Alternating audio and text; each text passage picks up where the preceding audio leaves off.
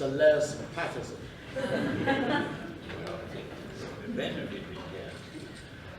Listen, can I just ask who is here for the first time?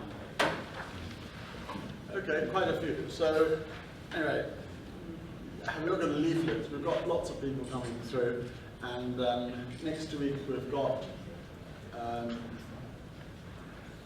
Kate Reardon, who is the editor of Tatler.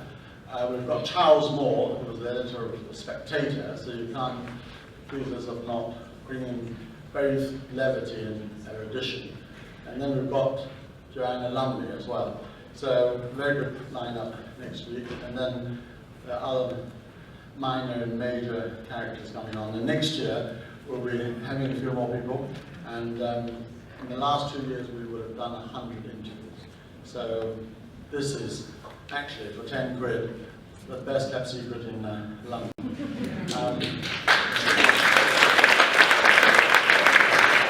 Now, today we're at Barry Humphries, the most famous Australian, I would suspect, in Britain anyway. And you started off, I mean, there are others, David, but they're in jail. Crocodile Dundee. I tell you what I find extraordinary is that an Australian is supposed to be the macho man who, you know, like Crocodile Dundee, who would fight with the crocodile, who would jump from everywhere and so forth. But you are actually famous for being a cross-dresser. Now, how do you square this feminine approach to the Australian caricature when in fact the received opinion is Australians are rather tough, masculine and he-men, and you dress up as a woman? Well, David, you started off on the wrong foot. I knew that would happen, but I didn't expect it to happen at the beginning. You see, as far as I know, a cross-dresser is someone who adopts the attire of the opposite sex, generally for some kind of sexual gratification. Now, I call it, you call it cross-dressing, and I call it acting. In my view, an actor should be able to impersonate a tree, a chair, a table, a hat, a child, a woman, a Chinaman. When did you become a Chinaman? Did you ever act as a Chinaman? Actually, as a child, there is a picture of me in traditional Chinese attire with a pigtail. In fact, I heard that when you were a precocious 6-year-old, all you wanted to do in your own room, much to the chagrin of your mother, was to dress up as all sorts of characters, including Chinese costumes. Yes, I had Chinese costumes. I had a red, I can't say red again, but I had a Native American costume with a lot of feathers on it. Yeah, and how about Aborigines? No, We didn't have them in Melbourne. You see, I came from this the sort of Hampstead Garden suburb of Australia, without Jews, as a matter of fact. And it was... You regarded yourself as a sort of rather upper class. The boss, the Mayflower of Australia. Well, perhaps you might care to say that, yes. Yes, that's true. We didn't feel we were Australian, you see. We thought of ourselves as living in a remote part of the home counties. Or somewhere like Cheltenham in the jungle. And we had pictures of Winston Churchill on the calendar behind the kitchen door. And we listened to the BBC on transmissions, very crackly transmissions. And altogether, it was a shock to us to find that it took about a month to go all the way to what we called home. Yes. But I mean, you wanted to leave Melbourne. All of us were desperate to leave. I mean, mean, one interesting thing about Burma is that if you flew 24 hours in any direction, you get to somewhere interesting. I didn't say something like that, but it sounded not funny when I said it. Bastard! I found out what you're all paying for this, and you know, it is an incredible bargain, even if our dialogue is a total flop. We're all getting incredible value already. I mean, we can retire, I know. But listen, I mean, your famous cartoon, Barry McKenzie, is a sort of caricature of an Australian in Britain. Do you remember how you first persuaded Garland to draw this extraordinary cartoon? Well, it was Peter Cook, really, the great British comic actor and writer, who really, who owned Private Eye, started Private Eye off with the money he'd made already in his brilliant career, and the editor was Richard Ingram's, and Cook said, I want a comic strip in Private Eye about an Australian character in London. He knew that I was a bit of an authority on that, and he had in mind Nicholas Garland as the artist. So Garland and I started to collaborate. Garland was a New Zealander, was he? He was a keeper, yes, yes he was, but he was still quite a nice fellow. we think of New Zealand in the same way as the Dutch think of Belgium, or you would think of Thailand, mainland, the country bumpkin. Yes, exactly. Exactly, quite. And he agreed. He agreed, and the collaboration began, which stretched over a decade. And I very much enjoyed writing the balloons about this imaginary bumpkin in London, in swinging London, treading so unsuccessfully across this moral quicksands of swinging London, and failing always to have any kind of sexual gratification. And there were certain words I wanted to promote, old-fashioned Australian slang words. There were two schools in Victoria, Geelong Grammar and Ballarat Grammar, who had a word for being sick, which was, the verb was chunder, to chunder. Now, the origin of this word are obscure. It was suggested at one time that it actually was a contraction of an ominous signal from upper decks. A seasick passenger would have to shout, "Watch under," as they leant over the rail and regurgitated. So watch under became chunder, and no one had heard of it outside of Geelong Grammar and Ballarat Grammar. So I put it in every episode of Barry McKenzie, which meant, of course, in order to put the word into the comic strip, the character had to constantly vomit. There were many other expressions for incontinence in that comic strip, all of which shocked and amused London at the time. So the comic strip became a cult. And I enjoyed it very much. It was the only profitable thing I was doing, and they paid very little. But I was acting at the same time in musical comedies and in shows with Spike Milligan and also Peter Cook. So I was part of that scene, a bit on the periphery, but I was part of it, and I'm one of the few survivors of that epoch. In fact, you were talking about what was the word again? The chunder.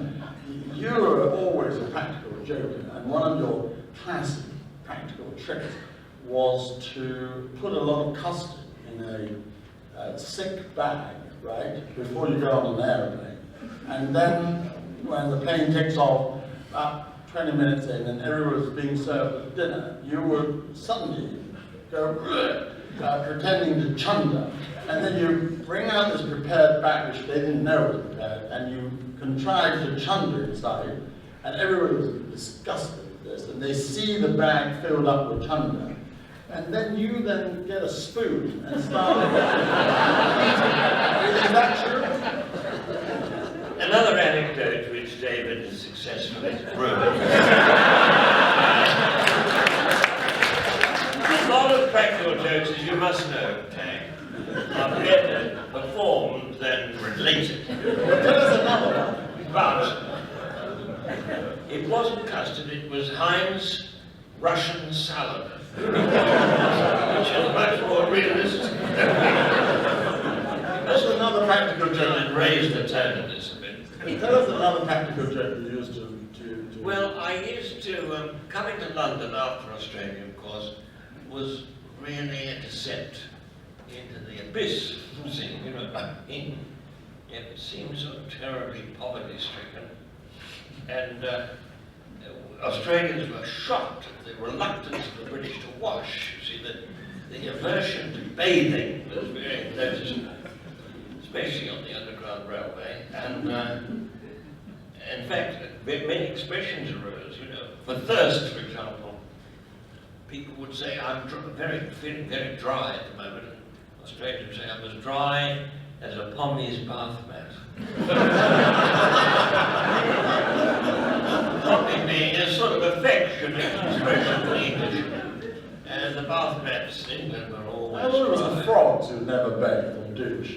But there was in fact one joke that I thought was pretty funny at the time, and that was that I dressed up as a tramp, or what would now be politely called a homeless. And I secretly deposited a bottle of champagne and a beautiful chicken in a litter bin beside a bus stop that I knew would soon be filled up with people waiting for an important bus. And then, as the queue formed, just prior to the arrival of the bus, the tramp would sidle up and disgust everybody by rummaging. You know, I feel when you see someone rummaging in a dustbin. People were sort of turning aside, grimacing.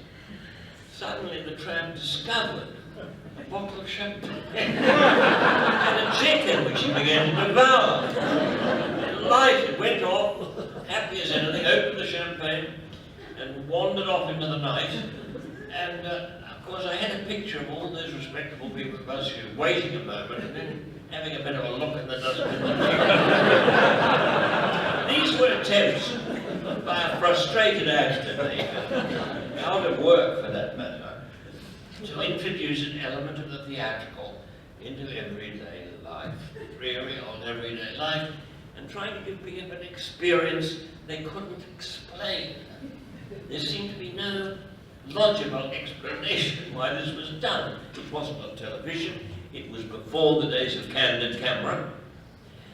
It was just bewildering, and one might use the overused word surreal moment. Yes, but that's one side of it, isn't it? You've been associated with the Dada movement, with the surrealism, because there is actually a very serious side of you, both in terms of books and music. And people don't know this, but Barry is quite learned in both.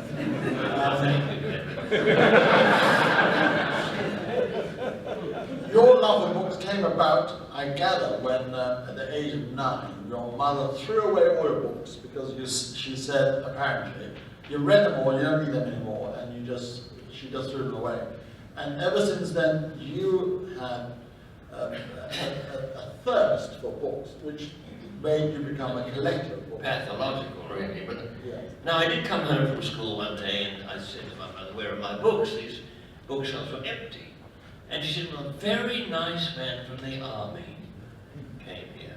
I thought, as a military person, you know, am I helping the war effort? And she said, I gave them to him because he needed books. And I said, but they're my books. She said, but you've read them.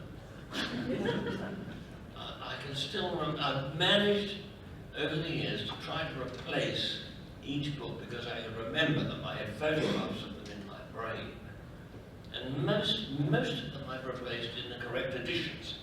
But it did inspire me to become a bibliomaniac.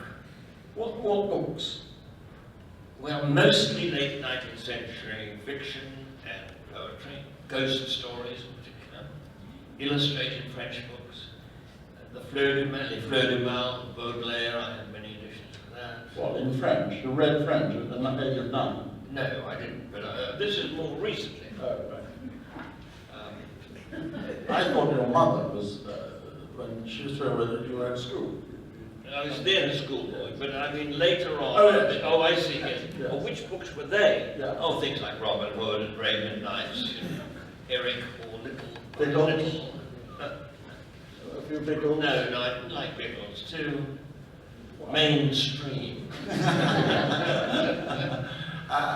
When you became an actor, you also acted seriously. I mean, you were in Waiting for Godot. Did you enjoy acting with, I think, Peter O'Shaughnessy in Waiting for Godot? Yes, I did. I began as a university student. As we've mentioned earlier, I was a person who dressed up a lot as a kid. I loved dressing up and changing my personality, my exterior. And my mother would always say, "Oh, look at Barry. Don't look at Barry.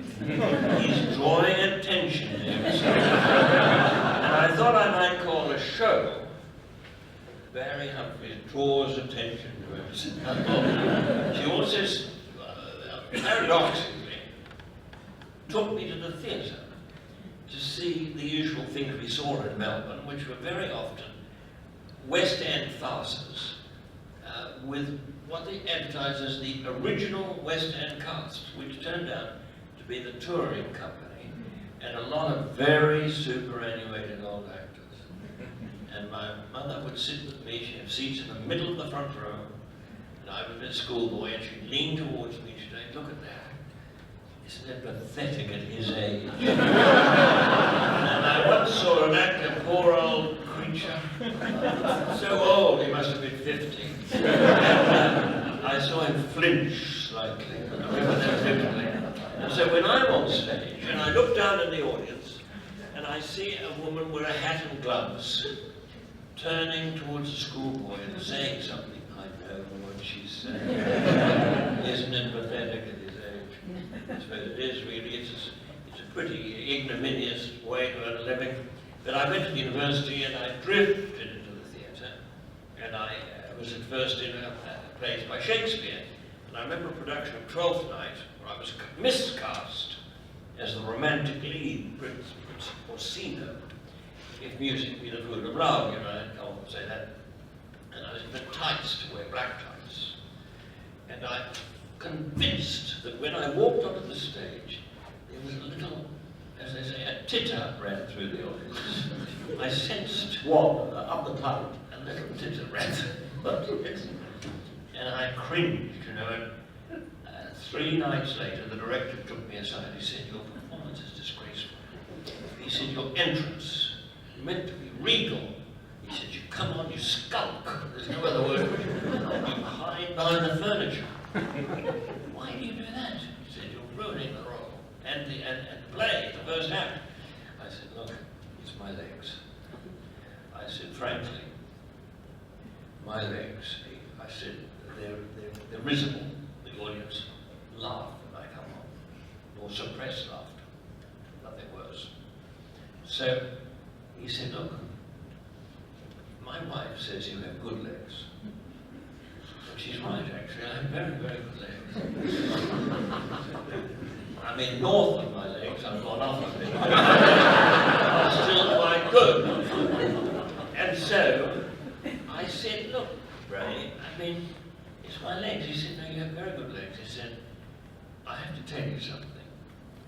You ought to realize that you are naturally ridiculous." Naturally ridiculous. I began to be insulted. Then I realized I'd been directed to the form of theatre which I should be doing, comedy.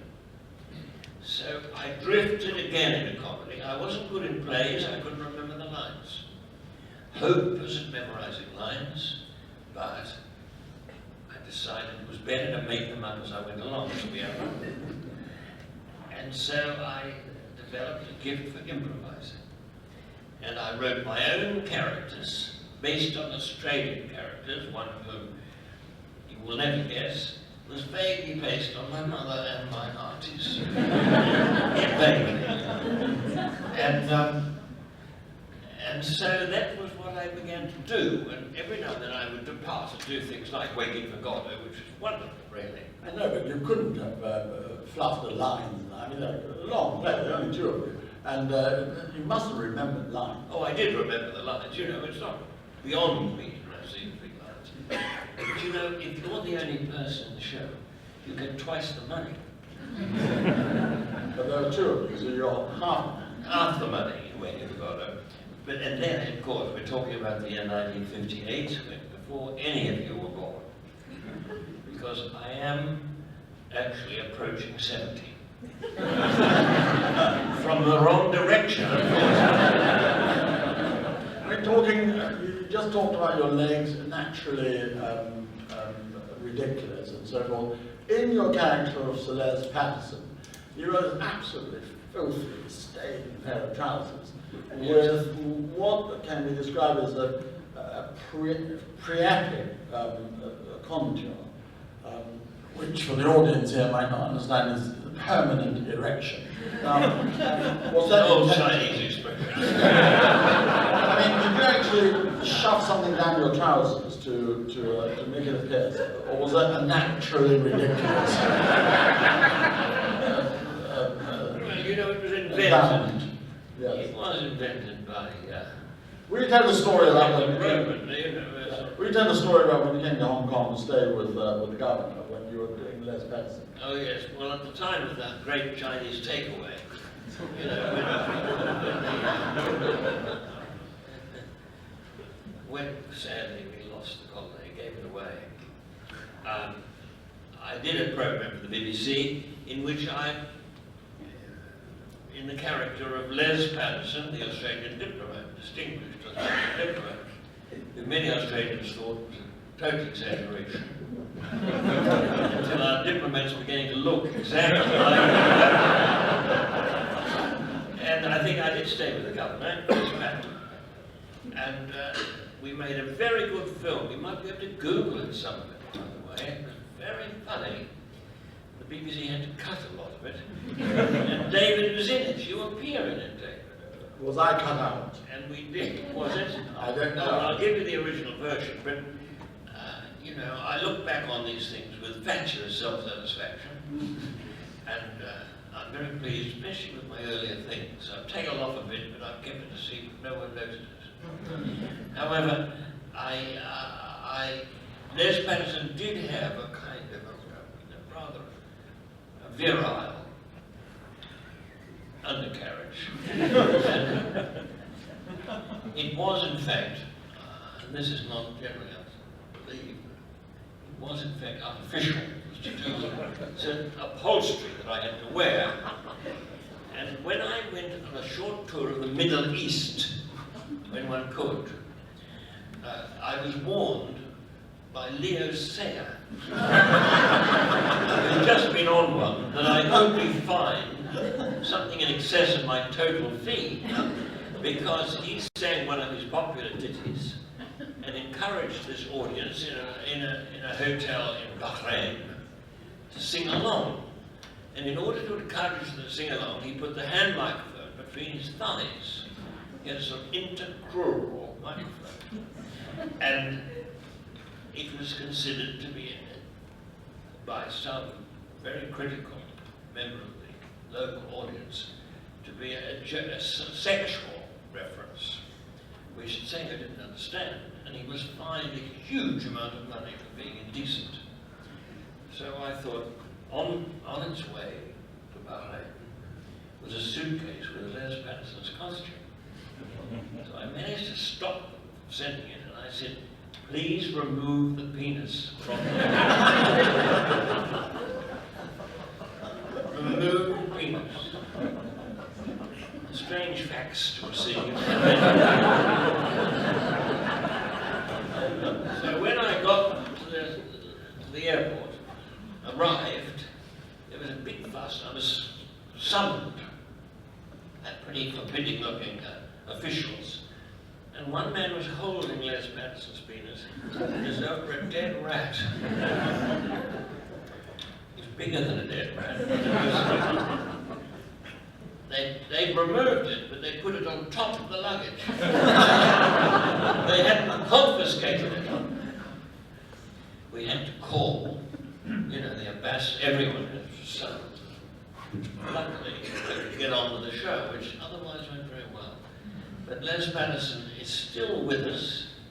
He's extremely enjoyable for me, because I am a teetotaler. I'm a high-functioning teetotaler.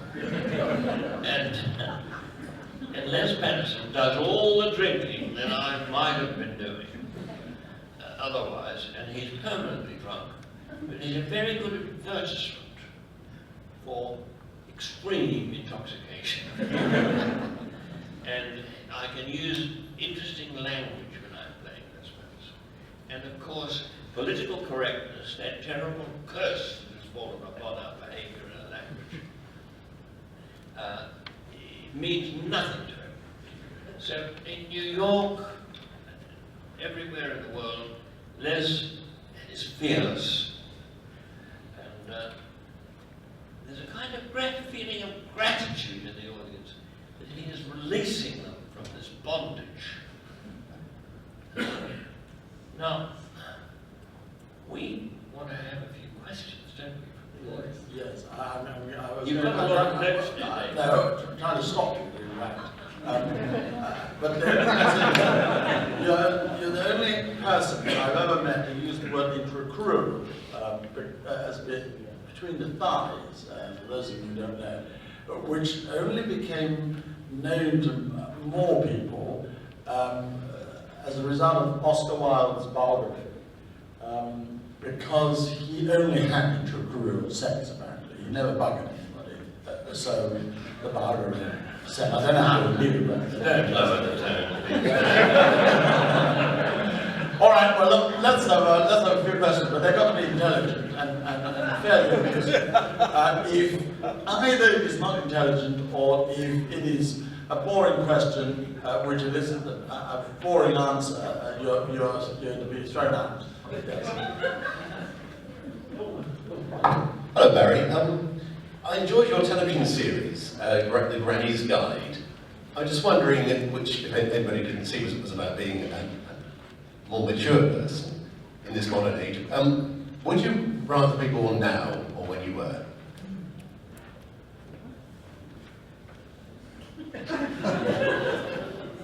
Well, you would always want youth, wouldn't you? Yes, I think so. I agreed to do this program, which became a Grannies Guide, little knowing that was going to be the title of the finished program, because I thought I'd be able to help people much older than myself with good advice. We did some filming, for example, in an old folks' home in, as it used to be called, in Eastbourne. I said, let's go to Eastbourne where everyone is extremely old, because you feel younger then, you see, you feel almost the youngest person. So I had to go into the old folks' home and pretend to play cribbage with two really old guys, really old men. And I said, well, how long have you been here? And one of them said, well, I've been here since I retired. He said, I'm 65 now. And then the other one turned out to be about 72. I realized I was the oldest person.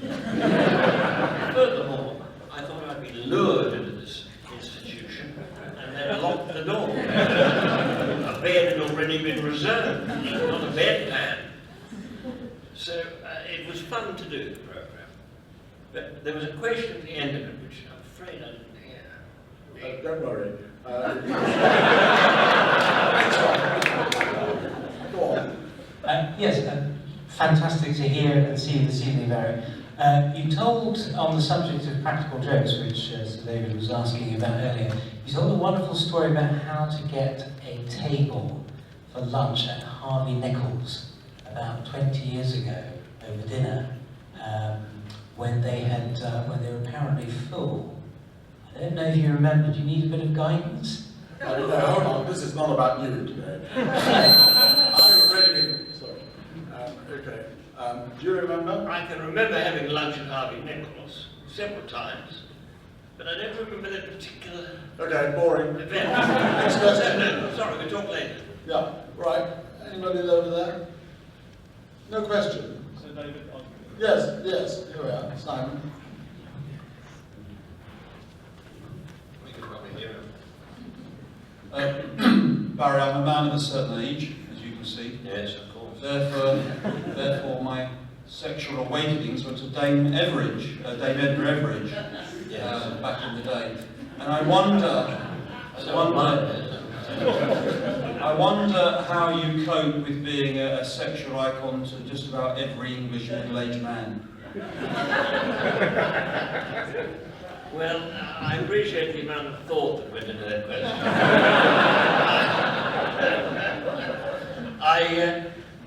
I really hadn't ever thought of doing that kind of theatre, you know, but I began to do cabaret quite in mid-career. I was invited in the early 70s to visit Hong Kong by Peter Stafford, who was a great hotelier, who had brought the Mandarin Hotel up to such an extent that it was regarded as the best hotel in the world. And they invited me up to do cabaret in the early 70s, and I'd never really done it. And it went on pretty well. I mean, Les was there, which was daring of them to actually have allowed Les into the hotel at all. He wouldn't have been barred otherwise. And I remember one night I had to come in through the audience, and I was barred from going into the audience by the man at the door. He said, "You're drunk," he said. "You're drunk." I said, "I'm the show, I'm the show." Another night I ran down to my room. It was a Sunday night, and I said, "Many in?" He said, "Oh, no." "Well," he said, "it's 4. I said, "4? 4 people?" He said, "It's 4 people." I heard a phone ring. He said, "Wait a minute. Let him pick up the phone and say something Chinese," and then he said, "To cancel."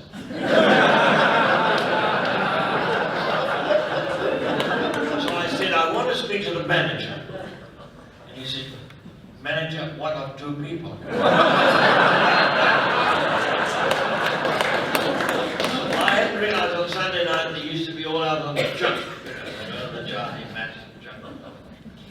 In the end, there were about 8 people sitting in the dark at different tables, and I hit on the idea of getting them all to sit down at one table, and I would join them. I stepped off the little stage, and I sat with them in the guise of Dame Edna, and we did it over the whole show across a table. And I don't think it'd ever been done before, but it sort of worked. And years later on Broadway, a man came backstage and he said, "I was in Hong Kong," and he mentioned the year, and he said, "I was in that Mandarin Hotel, and I looked in and I saw a most extraordinary sight. I saw this rather overdressed woman sitting at a table with 7 people." And he said, "I came in," and he said, "I joined them," and he said, "I've been a fan since then, and you know, it is gratifying, very, very heartwarming that something like that happens. And I like to seize moments of embarrassment or disaster, really, snatch this success from the jaws of failure, or the other way around, I've sometimes done. And I don't take anything for granted at all, as I stand up there drawing attention to myself. But yes, I'm got a huge tattoo. Hi Barry, I've been a fan since I was a tiny kid. I've always thought you were amazing. I was just wondering though, if you've got any anecdotes to share about the only person that's ever shared a stage with you. Emily, you played your bridesmaid. Madge also, obviously we always saw her silent and with that great face of hers. So I was wondering if you could share an anecdote, sort of personally, sort of about her. Yeah, well, Edna was always talking about her New Zealand bridesmaid. And she was someone Edna always spoke about with contempt. But when I did a television series in the late 1980s, I said to the people at London Weekend, I think man should appear. All of these talk show people had a sidekick, you know, someone else there that they bounce jokes off. Pretty thankless, really, it was. And I said, so I have to, instead of man being spoken of, we will see her. And they said, what will she look like? I said, she would look. I'm only depressed. And so we auditioned. And agents said, all these camp old girls along with blue hair and lots of makeup. And all camping it up. And one woman came in, and she had been sent to the wrong place by the wrong agent. They had never heard of anything that we did. She lived in a bed-sitting room in Crystal Palace, not as it sounds, Dave. And her name was Emily Perry. She had been, before the Second World War, on small touring companies. A dancer, a little bit of singing, pretty nondescript career. Then her mother had become ill. Throughout the war she nursed her mother. Right up until the 60s she nursed her mother, then started a ballet school for children and in Vauxhall. Then I think her agent was sending her for commercials in case he needed an extra, an old woman as an extra. So she presented herself, and immediately I knew she was the girl for this job. I hired her. She appeared in the show doing nothing. Now it is very, very difficult for an actor to do nothing. Very difficult. They generally make eyes at the camera. They fidget, they draw attention to themselves. She was great at this. And within 6 months, Emily Perry was known nationally. She had met most members of the royal family. She had done a fashion spread for the Sunday Telegraph on a trip to New Zealand, because the New Zealanders believed she was really a New Zealander who'd made it on British television. They named a tank after her. And she inspected the New Zealand regiment. And so she was my companion for quite a number of years. She turned out to be a really interesting woman. But she never talked. One night only did I get her to sing something. She was very popular with Edna's guests, and there was general sympathy for her. But you know, when she finally, I realized, because we went to the States and we had to get her passport, to get her visa. It turned out she'd been out of England once in 1938 on a day trip to Dieppe. It was her only excursion outside of England. So we got her to, I found out it was 76 or, no, late 70s. This had all happened in her 70th decade. And we got to the States and I was a bit worried for her. Lizzie, my wife, and we got a sort of chap to look after her, one of those young men, very brown young men with white socks and big shorts. Proliferate for some reason in Los Angeles. And, he was going to look after her, you know, keep her out of trouble.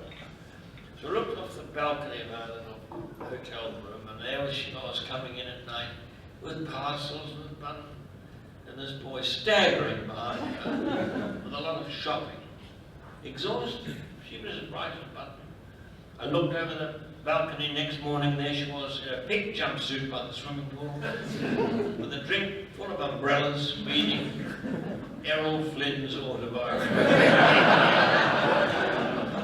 And I must say, I miss her. In her great old age, she began to lose the plot a bit. She was 100 years of age. Because I had supported a charity, an old folks' home for actors,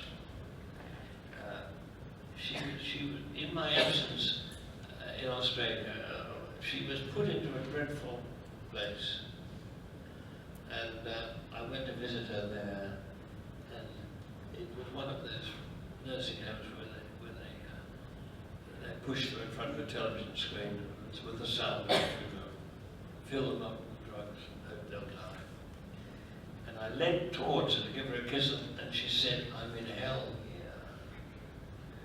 And I moved her as quickly as I could to this actor's home, where the door is opened by a pretty little old chorus girl of 18, with frizzy yellow hair, you know, Cupid's bow.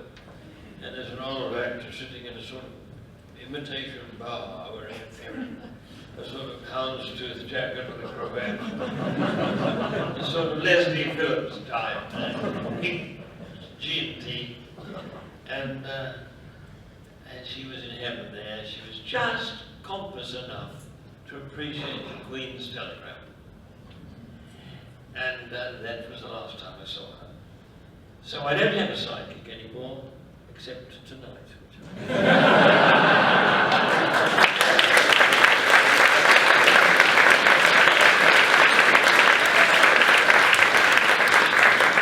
I remember you brought her to me at lunch in Hong Kong, and I sat next to her. Yes. And I said, "Do you really not speak?" And she says, "No, of course I speak." And I had a very jolly conversation with her. Anyway, she was very nice indeed.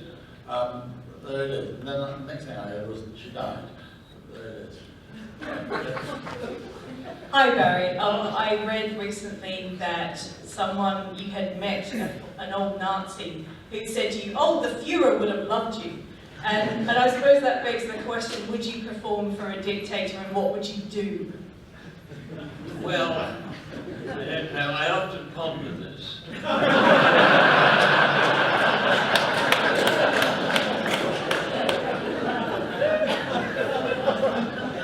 Theresa May hasn't asked me to do anything.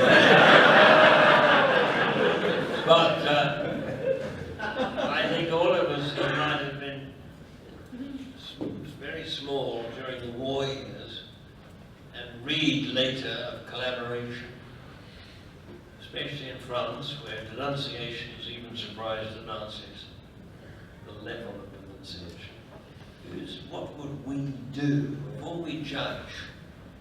How would we behave to save our lives, our families?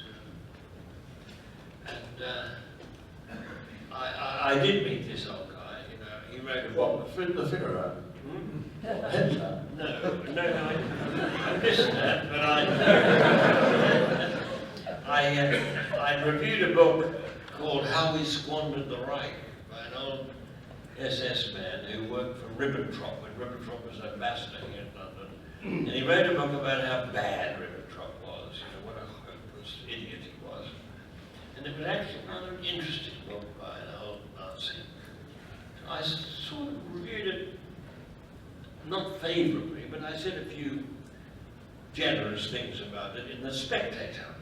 And I heard from him, Reinhardt, wrote to me from Salzburg, and he said, "Oh, you must come and see me when you're in our area, because I'm so grateful for what you've written."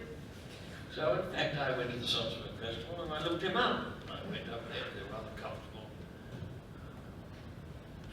shooting lodge or a good lunch with his wife, Reinhardt. He said, "I've written another book. I think you might be able to help me with it. I can't find a publisher in London for it. I think it's an important book." I said, "Well, what is it, Reinhardt?" He said, "Well, It's called The Humour of the Third Reich.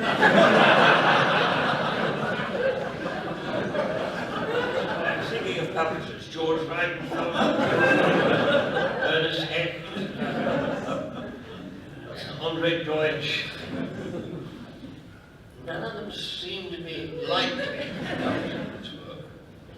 And he said, but people need to know how much fun we had. I'm beginning not to like this man. I took the manuscript, I said, got it. Not funny. But when he died, he was very old then, when he died, I phoned his wife. And I said, Maria, I'm very sorry poor old Reinhardt's gone. He said, oh, that's but I was very old and quite sick. She said, but it's extraordinary, ancient Paul, because he was speaking of you 3 days before he died.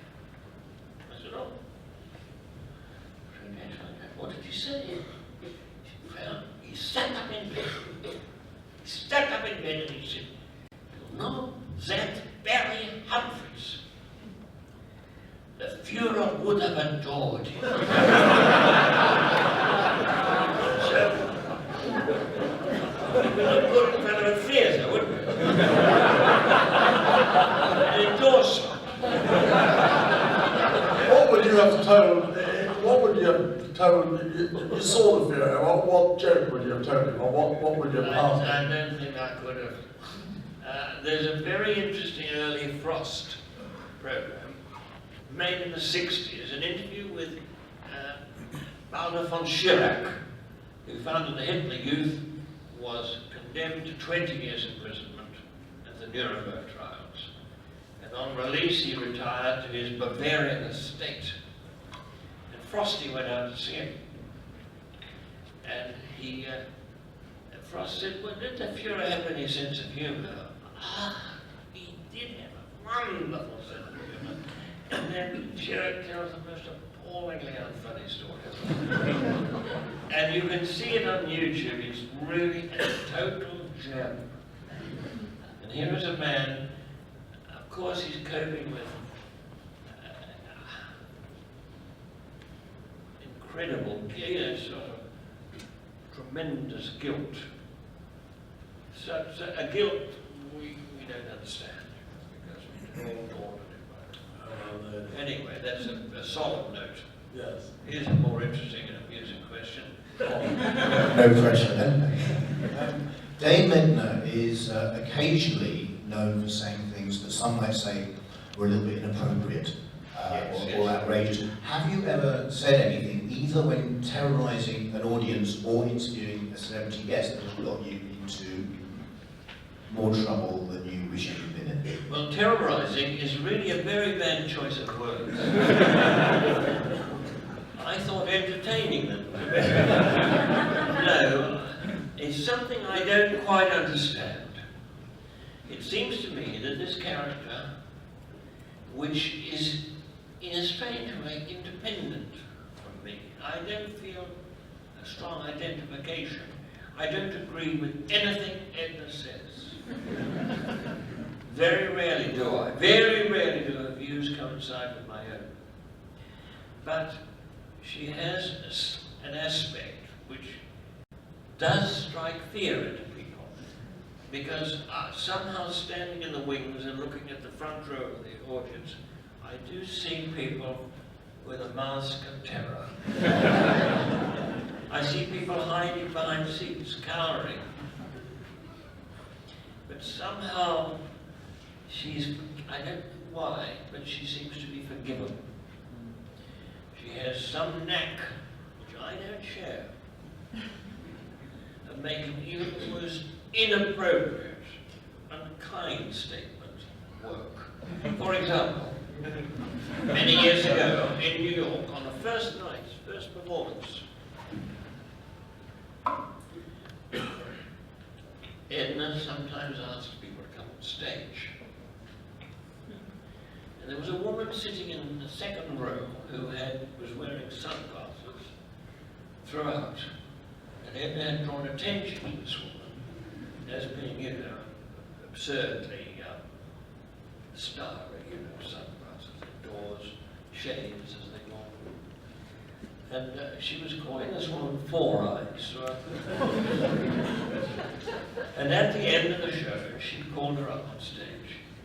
And the woman stood up, and for the first time, I saw the white stick.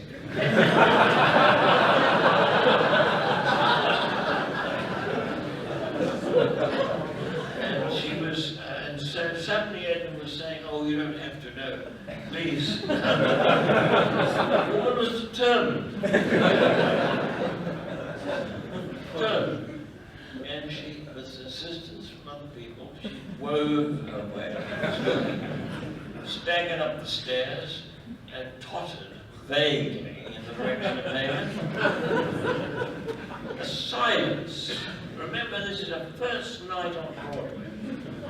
A silence which would have been, of which a tragedian would have been jealous.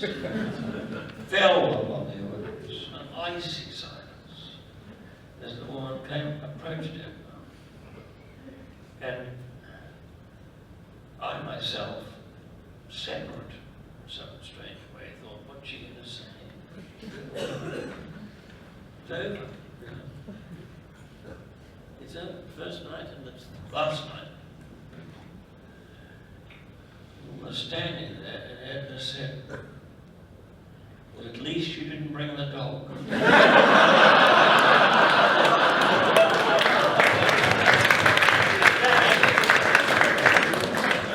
Dissolved the woman. The woman first laughed. The audience was off the hook and they laughed. The moment was saved in a way that I could not have anticipated.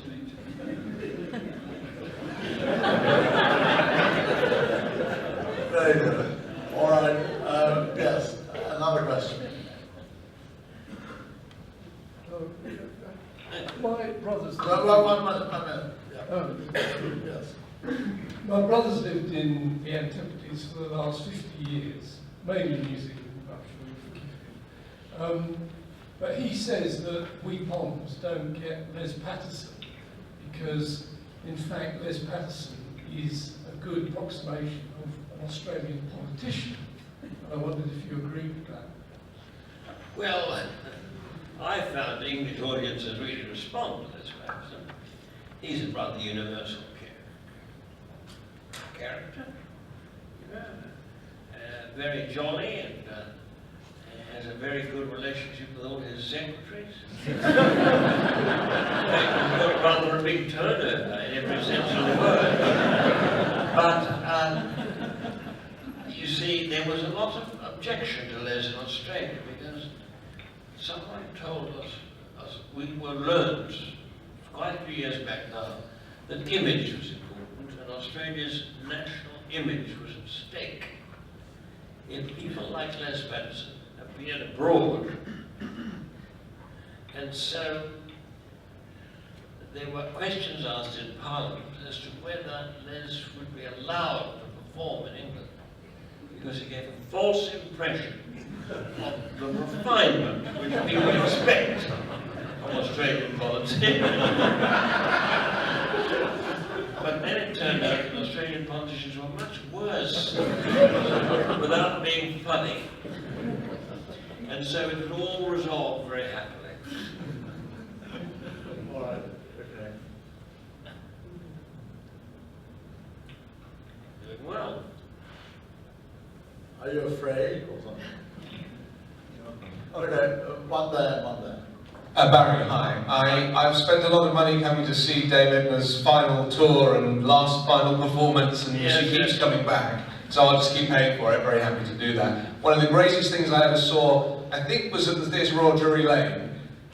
She was throwing gladioli out, as she does at the end of the show. And I will never forget, and I tell people the story all the time. I'll stop so you can tell the rest of the story. But a couple were in a box up but high, and the woman leaned out to catch one of the flowers. And then something happened that completely stunned me and the rest of the audience, which we then discovered was probably going to happen every night. this level of production value was so high. Could you tell us a bit about what that was and how that came about? Because I will never forget it. Many years ago, and I think it might have been even in the late 1950s, I always had a big vase of gladioli on the piano on the stage. To me, they symbolized Australia for some reason. They were optimistic, a bit vulgar, a bit, and obvious, and strong, and sort of assertive. And so I had a vase of these flowers, and one matinee, the women in the front row, because women went to matinees, and I noticed that the women were looking at the Gladdies and not at me. So in the end, with frustration, I grabbed this whole bunch, flung them at one particular woman, who seemed grateful, and she passed these flowers along the row. And the final number, during the final number, the women started to oscillate their gladioli. The sight of that from the stage, and you must remember I only do this for my own enjoyment, the sight of them was so entertaining that these days I have spent thousands of dollars on gladioli. There was one occasion when there was some sort of thrip or some terrible insect that threatened the Gladdies that we got from Mexico. And there was there was something in the Evening Standard which said, "Rare insect threatens West End show." Qantas flew us in a lot after that, but I thought at the end of that show at Drury Lane that I thought of this trick, you see, and so we employed 3 people, stunt people, to occupy the top box. They cost about as much as a chorus line, but they were very good and they were dressed up, and we had a bit of light on them, so the audience was sort of aware of them. You know, you're sitting in the audience, your eye wanders around, and you saw this top box of nice-looking group of people. And in the end, Edna saw them, and the spot went up there, and Edna flung one Gladdy and missed, flung another, missed. And then the third one, the woman was leaning right up. And the Gladdy went up, and she slipped and plunged out of the box. A man tried to help her, and he fell as well. And there were 2 people clinging to the sort of stucco cherubs. And the audience, to watch the audience on the stage, aghast. Prince Charles in particular was trying by removing his jacket. Goodness knows, I mean, it's a sort of masculine instinct. It's not like man overboard, but really, and people going around like that. And then finally they clambered back in, and Edna said, because people were really shocked, Edna said, "Wouldn't it be terrible if that happened every night?" And I got to, people were shaking their fists at me, "How dare you trick us like that?" It was a wonderful moment. I've not been able to afford it since then. And I'm glad you came to the final performance, because there's another final performance in a comparatively near future. Because, you know, why stop, really? Until that woman in the front row says, "Isn't it really pathetic?" There's one last question. I think there's a man there. Yeah. I suppose, what's next? What's next for you? And in turn, what's next for us? Well, when you said one last question, I always dread that we've got time for one more question. That was quite a good one. Usually it's, what's the meaning of life? Well, I've got some writing projects. I'm going to be doing I've just finished doing touring with a show about music, particularly German music, which was suppressed by the Nazis. So there's a whole repertoire of music that's not known I did it at the Cadogan Hall with the Australian Chamber Orchestra. Really good show, I thought. And then we did it at Edinburgh Festival, and I've just been at Tanglewood in Massachusetts doing it. And I really like doing things with the orchestra, musical things, as David, who's a great polymath, does. No, but you are extremely erudite in your music. I looked at your list of choices at Desert Island Disc, and even I couldn't recognize 3 or 4 of them. And you must have been incredibly contrived to have come up with all these very obscure pieces. But I was very glad to see that your last choice was the second movement of Poulenc's Flute Sonata, which I knew very well because Yes, I used to play it. And what made you choose that is a rather sentimental. Yes, it is, but I am, of course, like most dirty comedians, very, very sentimental. And dirty comedians, why put myself down? Like most truthful artists. and I'm hoping that I'll be doing a new kind of show next year. And I'm doing a book going out for Christmas. Lots of stuff. I like to be busy. I'm busier really now than I've ever been. But I still like doing these characters that I've introduced, that people find so amusing. And as I spoke to you of my detachment from someone like Edna, I sometimes find myself standing in the wings watching Edna on the stage. And the other night, not so long ago, Edna came out with something remarkably funny. And I was there watching and I thought, God, I wish I'd thought of that.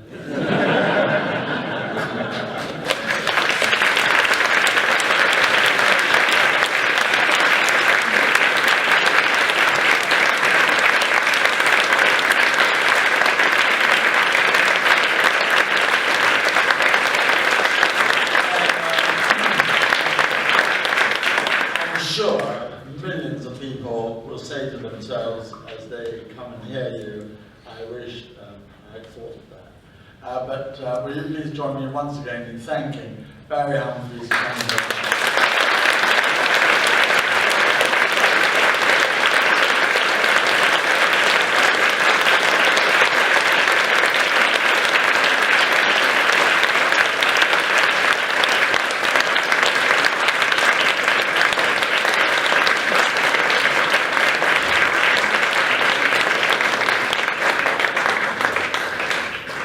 Thanks a lot. Who's next week? Who's next? Nobody fun. Thoughtfully. Wonderful place. Yeah, I love it. Thank you, David.